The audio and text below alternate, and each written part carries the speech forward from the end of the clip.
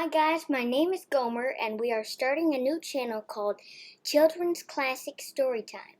And so here's our first book of poems called Nursery Nonsense. So grab your bottle or your blanket and let's get going. Nursery Nonsense. Little Jack Tar. There was a little dog, such a nice little dog, and he was such a funny little fellow. He used his tail for a leg of mutton sail, and his nose for an umbrella. The Foolish Sportsman.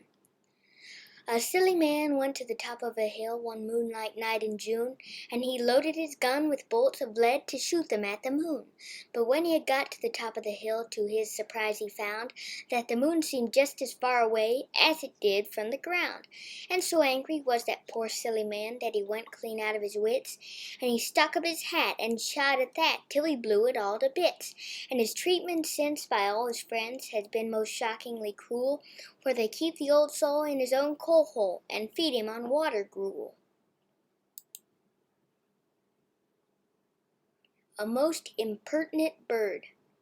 An inquisitive little sparrow asked every man in Wales why parrots had long noses and foxes had long tails. Some said that foxes used their tails in winter for a muff, and that parrots' noses all were long because they all took snuff. But the reason really, it seems to me, as perhaps it will seem to you, is this: they once tried short ones, but short ones wouldn't do. If.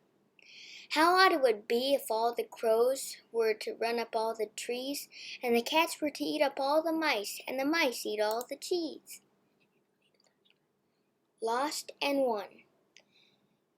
Oh dear me, what a pickle I am in! I've lost my pocket handkerchief and found a double chin. Oh dear me, trouble's never done. I've dropped all my H's and I can't find a one. Foxy, Goose, and Co. In town not many years ago there was a pastry shop where every kind of cake was sold, and tart and lollipop. The cakes were in the windows set, they made a splendid show. The name was painted on the door, Foxy, Goose, and Co. Goose was behind the counter and sold the cakes for ready cash, while driving in the park, Sir Foxy cut a dash. But where he lived, or what he was like, or what became of Co, is what I never knew myself, what you will never know. Parlez-vous. One morning a weasel came swimming all the way over from France, and taught all the weasels of England to play on the fiddle and dance. Poor dear Grandpa. What is the matter with Grandpa? What can the matter be? He's broken his leg in trying to spell Tommy without a T. Dame Trotty-Peg. In London town Dame Trotty-Peg lived high up in a garret, and with her lived a wee pet dog, a tomcat, and a parrot. A cleverer or funnier dog I'm sure you never saw, for like a sailor he could dance a hornpipe on one paw. And all the while the doggy danced that Pussy-cat was able, just like a flute, to play his tail upon a kitchen table. But what a tongue and what a brains were in the parrot's head! It took two men to understand one half the things he said. The Little Piggy-Wig. A little piggy-wig once went to court to see the king and queen, but they said, "Little pig, you can't come in until your face is clean." So they wheeled him away in a wheelbarrow to the middle of the marketplace, and they pumped and pumped and pumped and pumped till there wasn't a speck of dirt upon his face. Then they wheeled him back in the wheelbarrow because his face was clean, and he took off his hat and made his bow before the king and queen. A Little Dreamer. A little boy was dreaming upon his nurse's lap that the pins fell out of all the stars, and the stars fell into his cap. That Dear Little Cat. Who's that ringing at our doorbell? I'm a little black cat, and I'm not very well. Then rub your little nose with a little mutton fat, and that's the best cure for a little pussy-cat. Oh yes, oh yes, oh yes.